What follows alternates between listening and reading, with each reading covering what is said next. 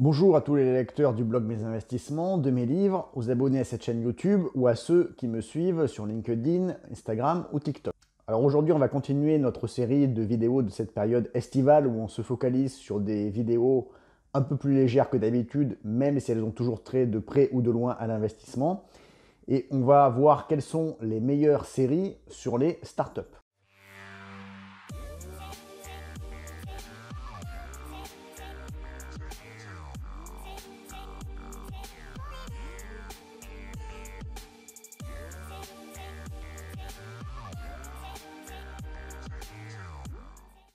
Alors je vais vous faire mon top 5 moi, de séries que j'ai regardées et que j'ai appréciées sur les startups.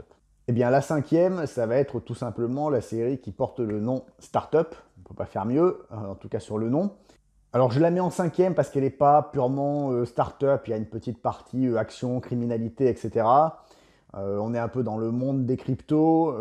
Voilà, on a une génie un peu de l'informatique qui a inventé un processus crypto assez intéressant. Et voilà, il y a un banquier, un responsable de trafic de drogue, etc., qui se en rapproche pour investir dedans. Et bon, voilà, je ne vous fais pas tout le pitch, mais une série assez intéressante sur les startups.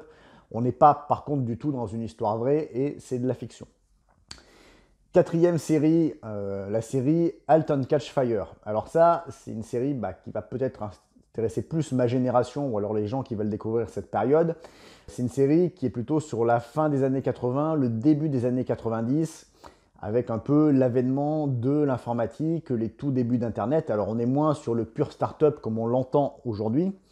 C'est par ailleurs une série qui est assez difficile à trouver, on ne l'a pas vraiment sur les plateformes de streaming, il faut gratter un petit peu. C'est pour ça que je la mets qu'en quatrième, mais sinon c'est quand même une série qui est assez sympa et que personnellement j'aime bien.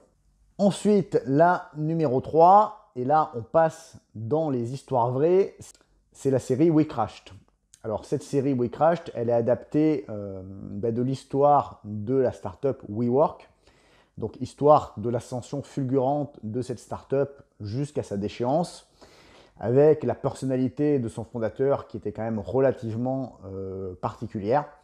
Donc voilà, soit vous connaissez l'histoire et puis c'est une fiction qui vous intéressera selon comment elle est retranscrite, soit vous ne connaissez pas en détail l'histoire de WeWork et je pense que c'est une série que vous pourrez à ce moment-là apprécier.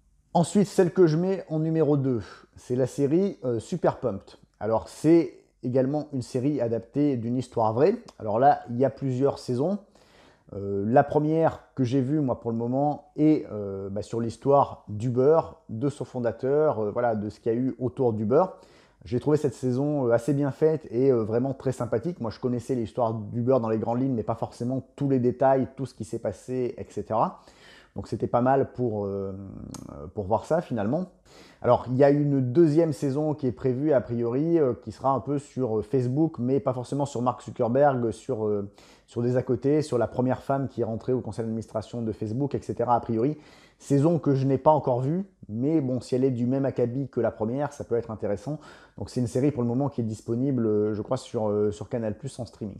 Et enfin, ma numéro 1, qui est ma série préférée sur les startups, c'est la série qui s'appelle Silicon Valley. Alors, cette série, pourtant, je la mets en numéro 1 et elle n'est pas issue d'une histoire vraie du tout. C'est de la pure fiction. Alors par contre, elle retranscrit un peu pas mal le monde des startups. Finalement, je dirais pour la résumer le mieux, Silicon Valley, c'est un peu au monde des startups ce que Kabul Kitchen est au monde de l'expatriation. C'est-à-dire qu'on est sur une série à la fois comique, mais qui est à la fois documentaire, avec pas mal de choses un peu qui se passent dans ce monde-là, qui sont finalement assez réalistes et qui donnent un bon éclairage sur le monde des startups. On a un petit côté comique avec des personnages qui peuvent avoir peut-être une petite tendance à être calqués sur des profils un peu à la Big Bang Theory, même si peut-être les traits sont un peu moins poussés à l'extrême. Donc voilà, moi c'est une série que je trouve qui est très sympathique, Silicon Valley. Donc voilà pour mon top 5 de séries sur les startups, si vous voulez voilà, vous détendre tout en continuant un peu à avoir une culture business.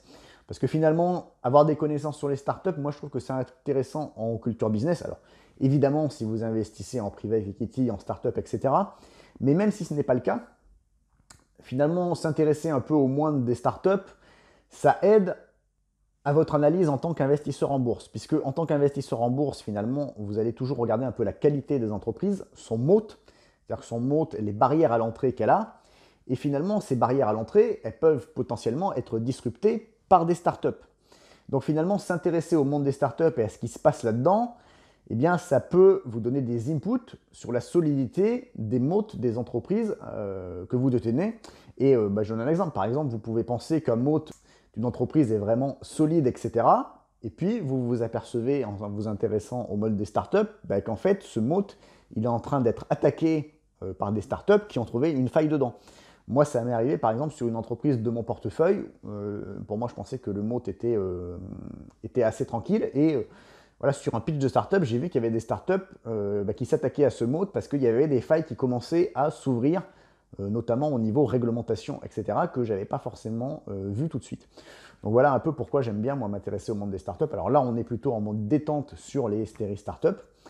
Je vous invite aussi, si vous avez vu des séries un peu comme ça sur les startups qui vous ont plu et que je n'ai pas cité, à les mettre en commentaire. Le but de cette vidéo, c'est que tout le monde partage ses bons tuyaux.